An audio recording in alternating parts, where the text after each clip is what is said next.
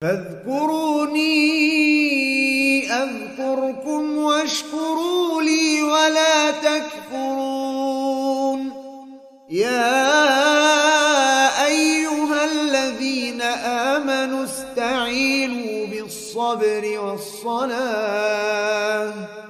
إن الله مع الصابرين. Ada 4 pilar akhlak yang baik, perilaku yang baik. Sebaliknya ada 4 pilar perilaku yang buruk. Ibnu Qayyim rahimahullah menyebutkan bahwa 4 pilar akhlak yang baik adalah as-sabru wal-iffatu wasyaja'atu wal-adl. Yang pertama adalah akhlak sabar. Kesabaran adalah termasuk salah satu dari 4 pilar akhlak yang mulia. Yang kedua, al-iffah.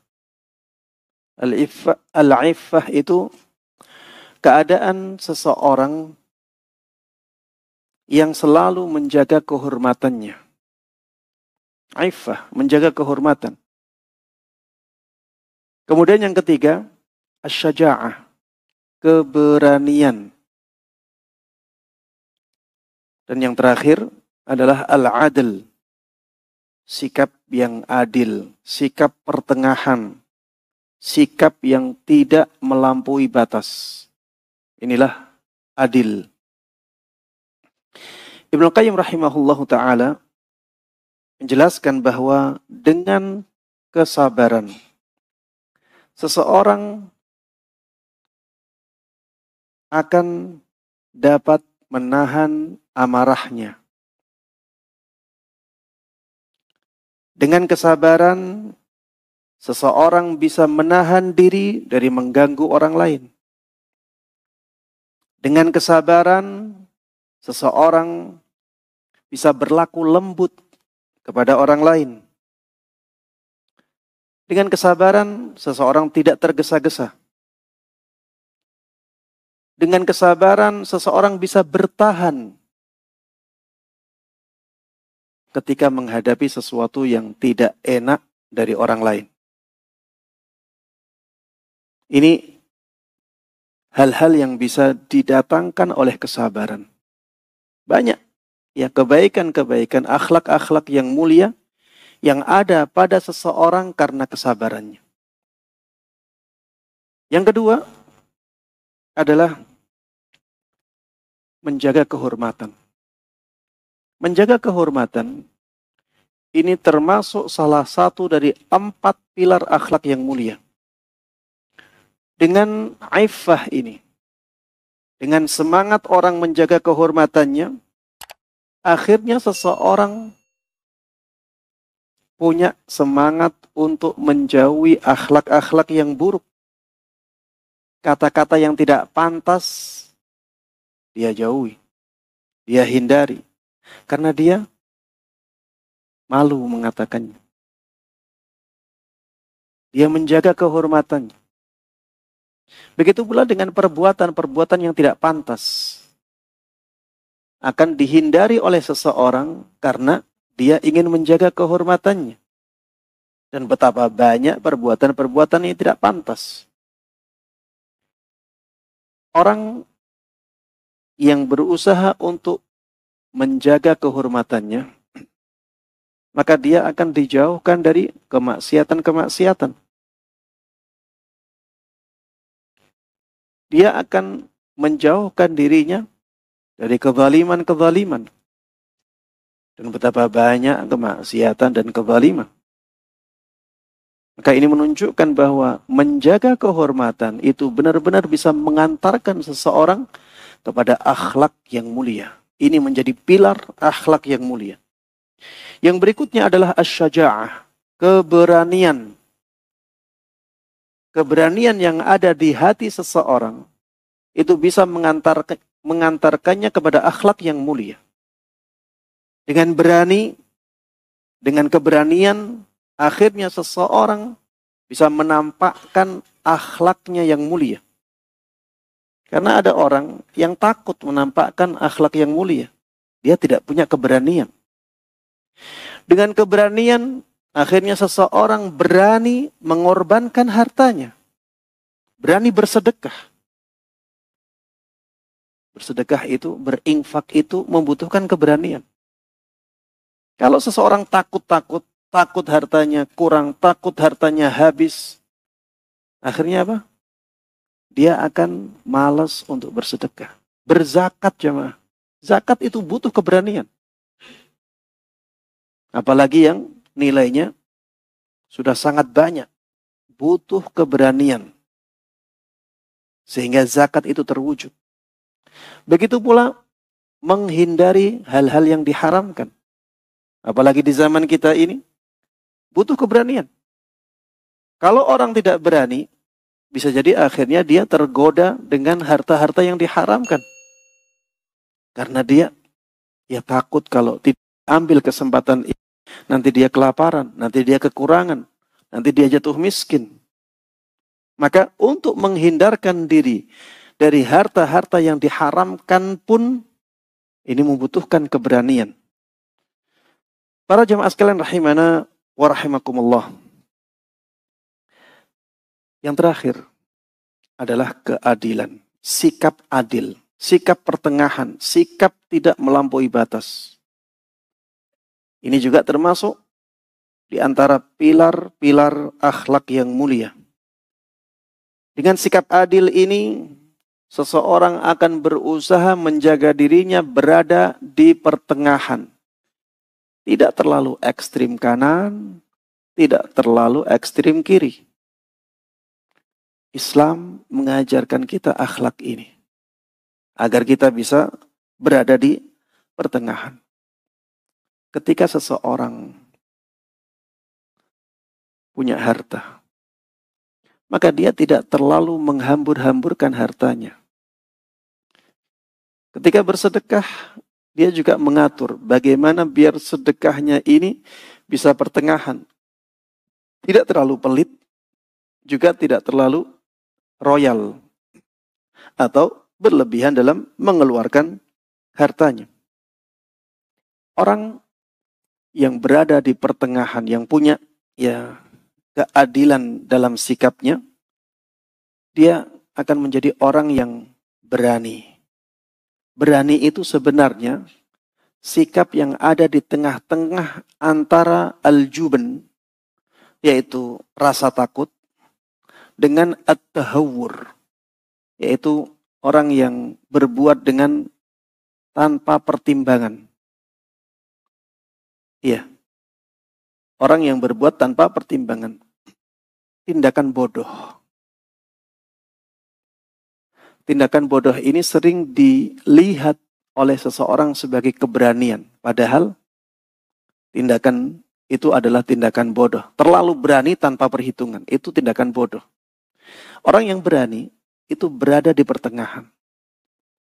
Dia memang menjauh. Dia jauh dari rasa takut. Tapi dia tetap mempertimbangkan situasi dan kondisi. Maka inilah keberanian. Orang yang adil, dia akan menjadi orang yang lembut. Kelembutan dikatakan di sini adalah sikap yang berada di pertengahan antara keras dengan terlalu lembek. Dia berada di pertengahannya. Inilah 4 pilar akhlak yang mulia. Maka hendaklah kita berusaha untuk mewujudkan 4 pilar ini dalam diri kita. Sabar, kemudian menjaga kehormatan, kemudian berani, kemudian adil. Adapun 4 pilar perilaku yang buruk, yang pertama adalah al-jahlu, kejahilan. Yang kedua, al-zulmu, kezaliman. Yang ketiga, asyahwatu, nafsu syahwat. Yang keempat, al-ghadabu, yaitu kemarahan. Ini disebutkan oleh Syekh Abdul Razak hafizahullahu ta'ala karena ada sifat ini, al-ghadab. Pembahasannya la taghdab, janganlah marah. Ghadab ini atau kemarahan ini adalah salah satu dari 4 pilar perilaku buruk. Maka jangan sampai ada 4 hal ini dalam diri kita. Yang pertama, kejahilan. Kejahilan ini, para jamaah sekalian rahimana wa rahimakumullah, bisa menjadikan sesuatu yang baik terlihat buruk. Kalau sesuatu yang baik terlihat buruk, akhirnya kita malas melakukannya. Bisa sebaliknya. Sesuatu yang buruk terlihat baik. Akhirnya kita malah semangat melakukannya. Padahal itu sesuatu yang buruk. Amar ma'ruf dianggap mengikuti atau dianggap ikut-ikutan atau ikut campur urusan orang lain. Nahi mungkar juga demikian. Mengingatkan orang ketika melakukan keburukan dianggap sebagai tindakan ikut campur urusan orang lain, akhirnya ditinggalkan. Karena apa? Karena dia jahil. Dan masih banyak ya keburukan-keburukan yang dilakukan oleh seseorang karena kejahilannya. Bahkan para jamaah sekalian rahimanallah, keburukan yang paling buruk yaitu kesyirikan kepada Allah Subhanahu wa taala banyak dilakukan oleh seseorang karena kejahilan. Kesyirikan ini akhlak yang paling buruk kepada Allah Subhanahu wa taala. Banyak dilakukan oleh seseorang karena kejahilannya. Begitu pula kebid'ahan. Banyak dilakukan oleh orang-orang yang sebenarnya ingin kebaikan. Tapi karena kejahilannya. Dia menganggap itu baik. Padahal sebenarnya itu termasuk sesuatu yang paling buruk di dalam syariat Islam. Wa syarrul umuri muhdatsatuha. Perkara yang paling buruk dalam agama ini adalah perkara yang diada-adakan di dalamnya. Tapi banyak dilakukan oleh orang-orang. Kenapa? Di antara sebabnya adalah karena kejahilannya. Kalau dia tahu bahwa itu adalah perkara yang diada-adakan dalam agama dan bahwa itu semuanya tercela, maka dia tidak akan melakukannya. Kemudian yang kedua adalah kezaliman.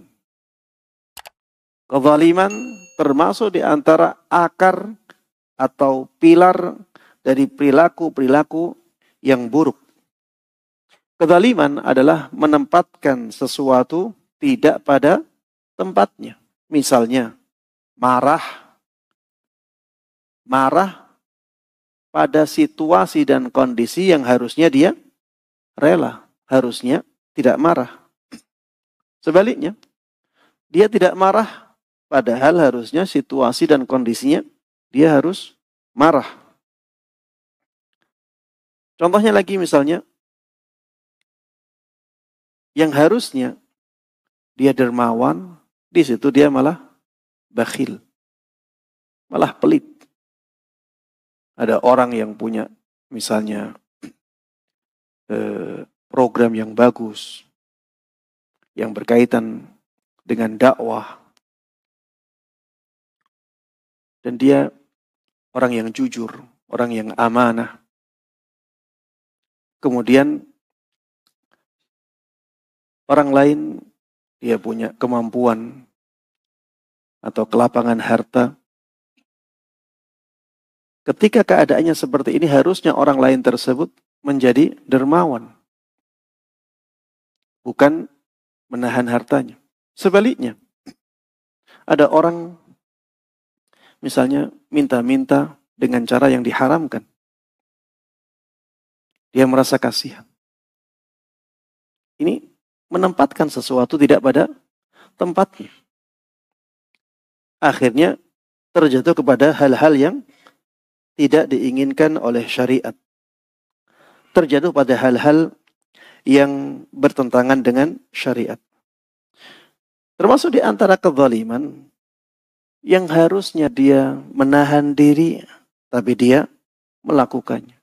Yang harusnya dia melakukannya, tapi dia malah menahan dirinya.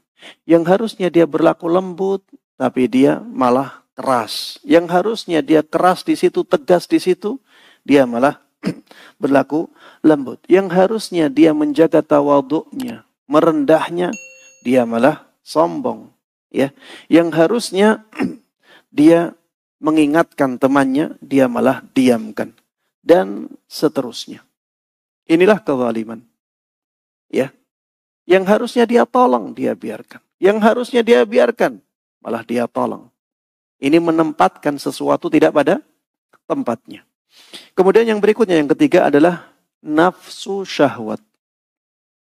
Nafsu syahwat ini mengajak seseorang untuk melakukan perbuatan-perbuatan yang buruk. Ketika nafsu syahwat itu menguasai seseorang, akhirnya dia punya ambisi. Ambisi tanpa memperhatikan aturan-aturan syariat. Dan ini sangat tercela dan ini sangat membahayakan. Kemudian asyuh, ya, pelit. Orang yang punya ya nafsu terhadap harta dan berlebihan, akhirnya dia menjadi sulit untuk menginfakkan hartanya. Begitu pula orang yang dikuasai oleh hawa nafsunya, dia seringkali melakukan hal-hal yang merendahkan dirinya. Ada orang yang berzina, ya dia menghinakan dirinya. Ada orang yang mencuri, menghinakan dirinya. Karena syahwatnya, ingin dapat harta dengan cara yang diharamkan, dengan jalan pintas tapi diharamkan. Akhirnya dia berjudi, akhirnya dia jambret, dan seterusnya. Dengan syahwat itu, akhirnya seseorang menjadi rakus. Intinya, hawa nafsu ini mengantarkan seseorang kepada perbuatan-perbuatan yang tercela, yang hina. Kemudian yang terakhir adalah al-ghadab. Ya, ini kemarin sudah kita bahas. Kemarahan itu efeknya sangat buruk sekali. Kemarahan akan mengantarkan seseorang kepada sikap takabur. Iya. Banyak orang yang takabur karena dia marah.